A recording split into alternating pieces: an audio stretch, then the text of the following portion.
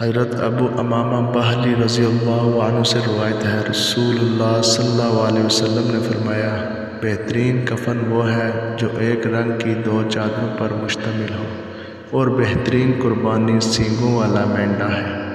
سنن ابن ماجہ حدیث نمبر 3130۔ حضرت جابر رضی اللہ عنہ سے روایت ہے، انہوں نے فرمایا، امر حدیبیہ میں نبی صلی اللہ علیہ وسلم کی ہمراہ ایک اونٹ 7 افراد کی طرف سے اور ایک گائے 7 افراد کی طرف سے ذبح کی۔ سنن ابن ماجہ حدیث نمبر 3132۔